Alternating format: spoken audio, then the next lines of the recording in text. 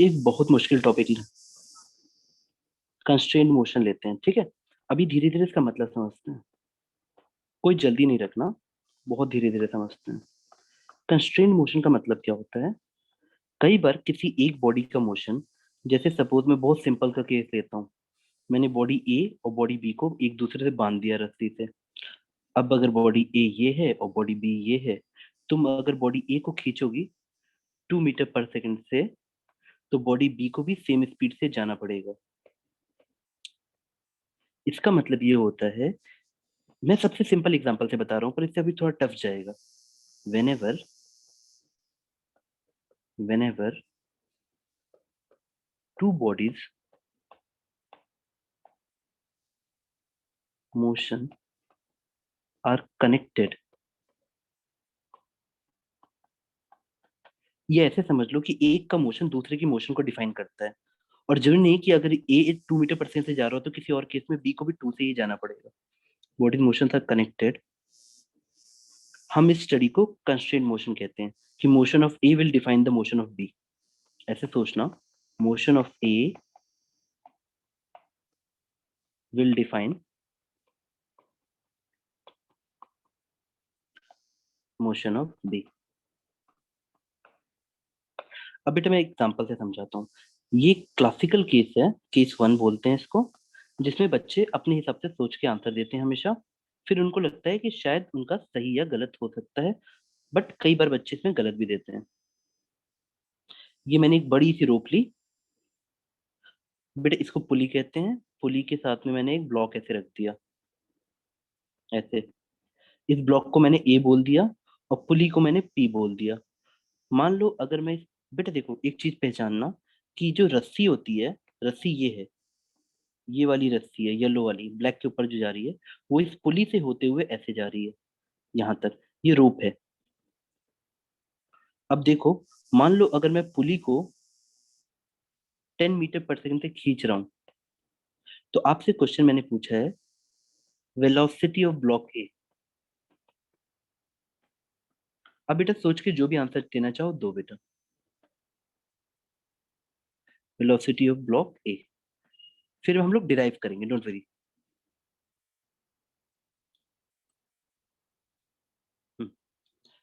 हाँ बेटा हाँ। नहीं बेटा, पुली वॉल से नहीं बंधी है। पुली फ्री टू मूव है। ये रस्सी वॉल से बंधी है। अरे बेटा देखो, जैसे घर में कोई भी लंबी रस्सी हो ना, एक तरफ उसे किसी चीज से बांध दो, दूसरी तरफ अपनी पेन, इसको समझो कि ये कोई पेंसिल टाइप का, उसके ऊपर से घुमाते हुए तुम रस्सी को लेते हो और यहाँ शार्पनर बांध दो। ऐसे सोचो कि तुमने एक शार्पनर को ऐसे इस रस्सी के एक एंड से टाई किया, फिर एक पेंसिल जिसको तुम, जैसे मान लो अगर तुम उस स्क्रीन के ऊपर अपने पेंसिल को ऐसे रखोगी, पुली के ऊपर एग्जैक्टली exactly, तो अब तुम उस पेंसिल को जब मूव कराओगी, पुली की जगह पेंसिल इमेजिन करो, तो जब पेंसिल मूव करेगा या पुली मूव करेगी, तो इस ब्लॉक का मोशन कितनी स्पीड से होगा इस तरफ, हमको ये निकालना है। क्या तुम्हें बात समझ आई बेटा?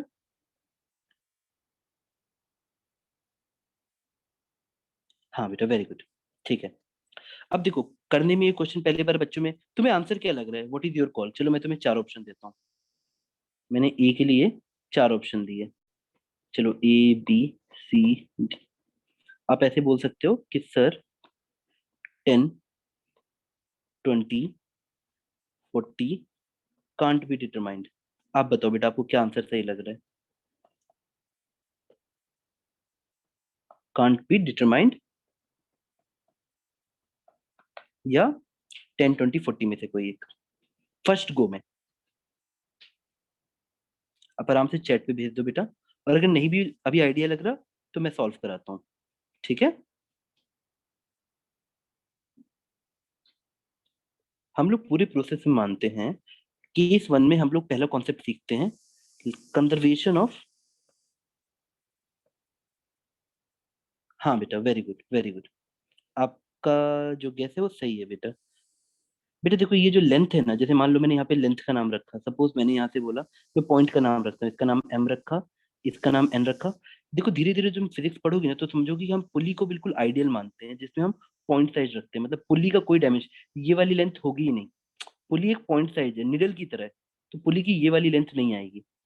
अब यहाँ से यहाँ चलो, मैं जो यहाँ पे नाम पी रख देता हूँ, तो अगर मैं तुमसे पूछूं कि लेंथ क्या है रोप की लेंथ क्या है, तो तुम बोलोगी sir M N length plus N P. ये बेटा फर्स्ट पॉइंट समझ आया क्या इसका? और इसमें हेडिंग क्या है? तुम कंजर्वेशन ऑफ लेंथ लगाती हो कि लेंथ हमेशा कंजर्व रहेगी, लेंथ ऑफ रोप। मतलब अरे सिंपल सा, कि अगर टोटल लेंथ एल है पुली की, सॉरी इस रोप की, तो वो कांस्टेंट रहेगी बस। इसी चीज पे हम बहुत सारे क्वेश्चन कर लेंगे, और हर बार हम एक ऐसा ही आइडिया डेवलप करेंगे। मेरी बात समझ आई इतनी? हाँ चलो, अब इसकी डेरिवेशन करते हैं। लेट अस से कि तुम, हम लोग नेक्स्ट पेज पे आते हैं, और जक्स्टा पोजिशन मतलब आगे पीछे रख के जरा सा हम देखते हैं क्या होगा।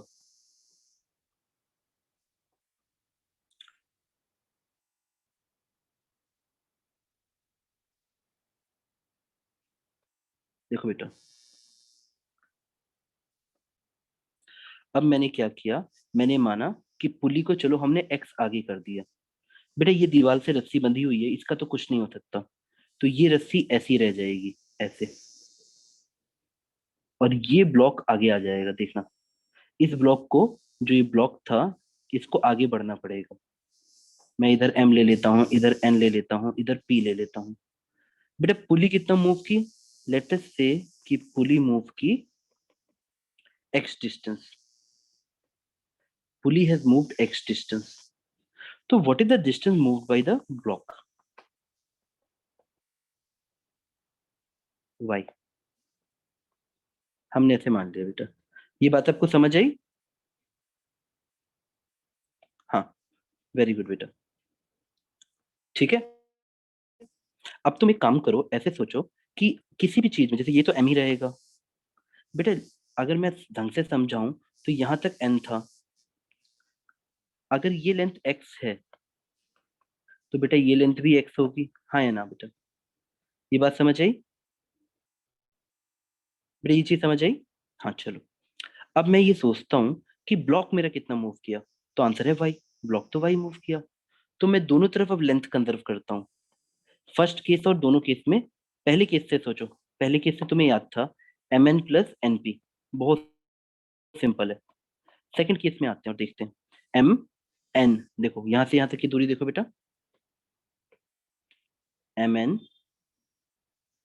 प्लस एक्स, देखो इस रस्सी को घूम के देखो, प्लस ये वाला डिस्टेंस, ये वाला। अच्छा बेटा तुम्हारे हिसाब से ये डिस्टेंस कितना है? ये वाला डिस्टेंस हमारी टोटल लेंथ, चलो इसको जेड बोल देता हूँ। तो तुम ऐसे लिखती कि सर एम एन होता बाद वाले केस में, प्लस टू एक्स होता, देखो एक्स प्लस जेड। क्या यहाँ तक तुम्हें समझ आया बेटा? क्या आप इस इक्वेशन से क्लियर हो? हाँ या ना बताओ बेटा, मुझे चैट पे भेजो। ओके गुड बेटा, गुड। ठीक है। अब आप एक काम करो, इसमें से दोनों तरफ कटिंग स्टार्ट करो। एम एन कट गया। एनपी देखो, एनपी अगले वाले में जब तुम एनपी लिख रहे हो, ठीक है, फर्स्ट वाले केस में तुमने एनपी लिया, सेकंड वाले केस में जो जेड है, जेड, इसको तुम लिख सकते हो, देखो एनपी, एनपी माइनस वाई। क्या हम इस जेड को एनपी माइनस वाई लिख सकते हैं बेटा? आप आराम से सोच के मुझे बताओ। क्या जेड को, देखो ना बेटा यहां तक सोचो, ये लेंथ है टोटल एनपी, ऊपर से कंपेयर कर लो। गुड बेटा, गुड।